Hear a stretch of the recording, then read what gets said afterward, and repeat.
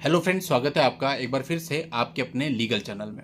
दोस्तों, आज के इस वीडियो में अपने एक एनआरआई क्लाइंट का जो केस है वो आप लोगों से मैं शेयर करूंगा। और केस इतना इंपॉर्टेंट है कि इस दौर से होकर के आप सबको गुजरना पड़ेगा, जिनके केसेस की शुरुआत हो रही है या होने वाली है या चल रही है, जो कुछ भी है। देखो, मैट्रिमोनियल केसेज के अंदर 90% आपने देखा होगा 2 साल बाद, 4 साल बाद, 5 साल के बाद समझौता ही होता है, यानी कि दोनों पार्टीज के बीच में म्यूचुअल डाइवोर्स से ही चीज़ें निपटती हैं। ट्रायल तक आप देख लीजिए, बहुत ही कम गिने चुने मामले जाते हैं इसमें 498 पूरा लड़ा जाए, मेंटेनेंस पूरा लड़ा जाए, डाइवोर्स पूरा लड़ा जाए, बहुत ही रेयर मामले होते हैं। अधिकतर मामलों में चाहे आज आप किसी भी स्टेज पे हैं, लेकिन कल को जब भी ये मामला निपटेगा तो आपका म्यूचुअल डाइवोर्स ही फाइल होगा, चाहे कोर्ट के बाहर आपका सेटलमेंट हो, चाहे किसी मीडिएशन में आपका सेटलमेंट हो, चाहे किसी और तरीके से आपका सेटलमेंट हो, पर होगा।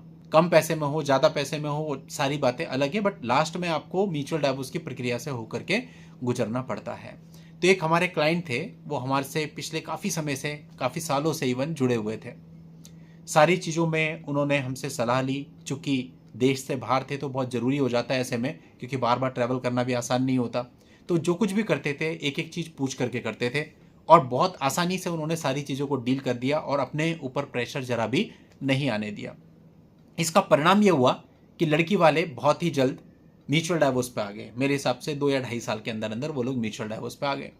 एक पर्टिकुलर अमाउंट जो कि रीजनेबल थी लड़के के लिए भी और लड़की के लिए भी, वो दोनों के बीच में सेट हो जाती है कि ठीक है, इतने में हम इसको निपटा देंगे।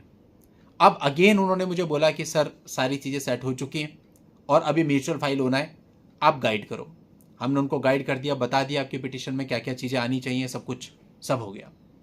अब लोअर कोर्ट में उनके जो लॉयर थे उन्होंने क्या किया कि मामले को दर्ज करा दिया उनके थ्रू, म्यूचुअल फाइल हो गया। 40% अमाउंट लड़की को दे दी गई और उसके बाद एक क्वैशिंग फाइल कर दी गई हाई कोर्ट में 498A को खत्म करवाने के लिए। और म्यूचुअल पिटीशन में हमारी सलाह के अनुसार उन्होंने लिख दिया कि साहब, सेकंड मोशन तभी परफॉर्म होगा जब सारे केसेस खत्म हो जाएंगे और जो बाकी का बचा हुआ 60% पेमेंट है वो भी उसको तभी मिलेगा। और ये म्यूचुअल डाइवोर्स की एक सर्टिफाइड कॉपी ऊपर हाई कोर्ट में भी फाइल हो गई। अब जब ये कॉपी हाईकोर्ट में फाइल हुई तो हाईकोर्ट ने पूरे मामले को देखते हुए एक ऑर्डर किया कि इस पर्टिकुलर तारीख को लड़की लोअर कोर्ट में जाकर के बयान देके आएगी 498 को खत्म कराने के लिए, और फिर इसकी कॉपी ऊपर हाईकोर्ट में सबमिट होगी। हाईकोर्ट का स्पष्ट बयान।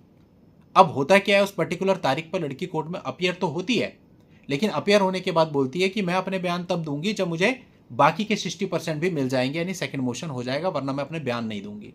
अब आप सोचिए कि सीधी सीधी हाई कोर्ट के ऑर्डर की अवमानना है, कंटेम्प्ट ऑफ कोर्ट है, लेकिन लड़के को परेशान किया जा रहा है। अब लड़के को समझ नहीं आ रहा मैं क्या करूं, कोई भी उसका साथ देने वाला नहीं है। जिसको भी बोलता है वो वही कहता है कर लो, कोई फर्क नहीं पड़ता, पैसे दे दो, यानी पूरे।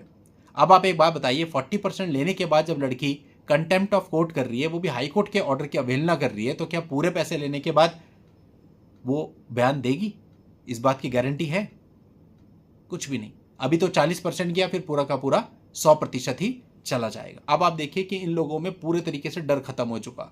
हाईकोर्ट के ऑर्डर का भी इनके अंदर डर नहीं है कि हाईकोर्ट क्या करेगा।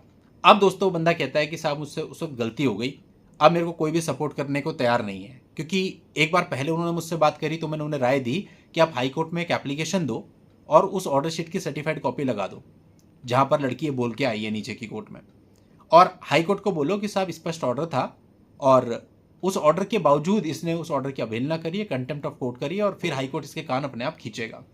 विडंबना देखिए, 3 महीने बाद मेरे को लगभग कॉल आता है उनका और कहते हैं आज तक भी एप्लीकेशन लगी नहीं है। फिर वहीं पे खड़े हैं क्योंकि एप्लीकेशन लगाने को कोई तैयार नहीं है। अब ऐसी स्थिति हो जाए तो फिर लड़का कहाँ जाएगा? देखो, म्यूचुअल डाइवोर्स में समय समय पर फ्रॉड्स सामने आते रहते हैं, लेकिन ये इतना क्लियर कट मामला है कि इनकी पिटीशन पूरी स्ट्रांग बनी है। पिटीशन में साफ लिखा हुआ है पहले 498 खत्म होगा, उसके बाद म्यूचुअल डाइवोर्स का सेकंड मोशन होगा। हाईकोर्ट का आदेश है, उसके बाद भी लड़का महीनों से चक्कर काट रहा है, हैरेस हो रहा है और यहां तक सोचने को मजबूर है कि मैं बाकी के पैसे दे दूं क्या। ऐसी परिस्थिति में आप लोग फंस जाते हैं। तो दोस्तों, वही मैं आपको समझाता हूं कि यहां पर ये जो फील्ड है ना, ये इतनी सिंपल भी नहीं है। कभी भी यहां पे आप 2, 4, 5, 10 हजार रुपए का मुंह मत देखना। जब आप लाखों रुपए वहां पर दे रहे हैं तो अपना जो लीगल सपोर्ट है उसको भी मजबूत रखो, ताकि इस प्रकार की चीजें ना हो, काम सारा ट्रांसपेरेंसी से हो।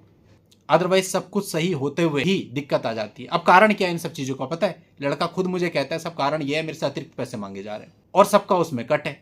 इसलिए कोई कुछ करके तैयार नहीं है। अगर आप इस प्रकार के हैंकी पैंकी से बचना चाहते हैं तो ये पहले निर्धारित कर लें कि आप जो सारा काम कर रहे हैं वो ट्रांसपेरेंसी से हो रहा है या नहीं हो रहा है, और जिसके थ्रू आप जा रहे हैं वो ट्रस्टवर्दी है कि नहीं है। अदरवाइज इस तरह की प्रॉब्लम्स आपको भी फेस करनी पड़ सकती हैं। चलिए दोस्तों, आज के इस वीडियो में इतना ही। नेक्स्ट वीडियो में नई जानकारी के साथ मैं आपसे फिर मिलूंगा।